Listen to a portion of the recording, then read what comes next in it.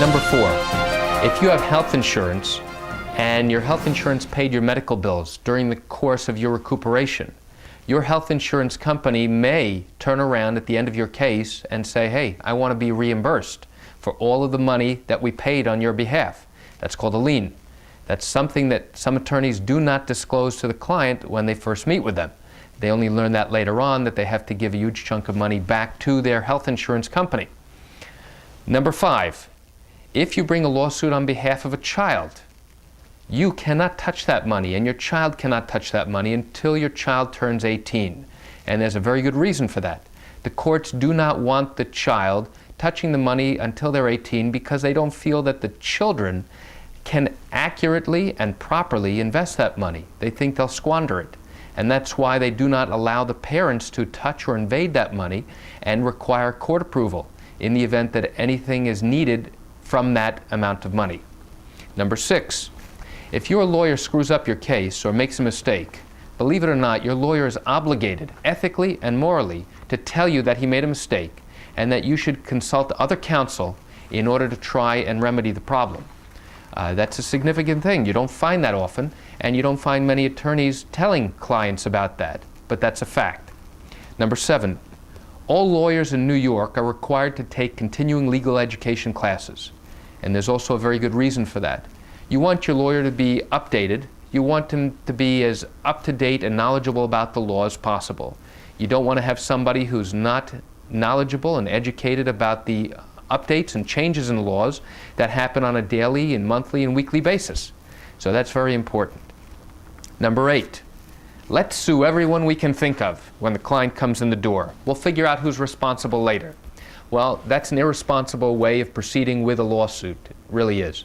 What happens when a client comes into an attorney's office, they are supposed to determine exactly who the culprits are and not include everybody that they can think of.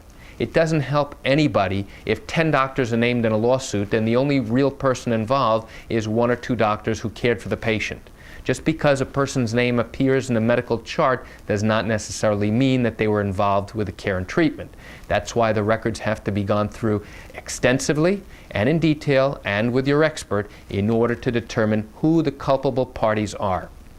Number 9, if you lie about the facts of your case is as good as over. And the attorney is going to have no other option but to turn around and ask to withdraw as your lawyer. Because if you have lied and your attorney finds out you've lied and the defense finds out that you have lied, it becomes so difficult to confirm and prove that you have a valid case. And the argument that they will make is that if you are found to have lied about one particular aspect of your case, then what is to say that you have not lied about other aspects of your case? That's a significant problem.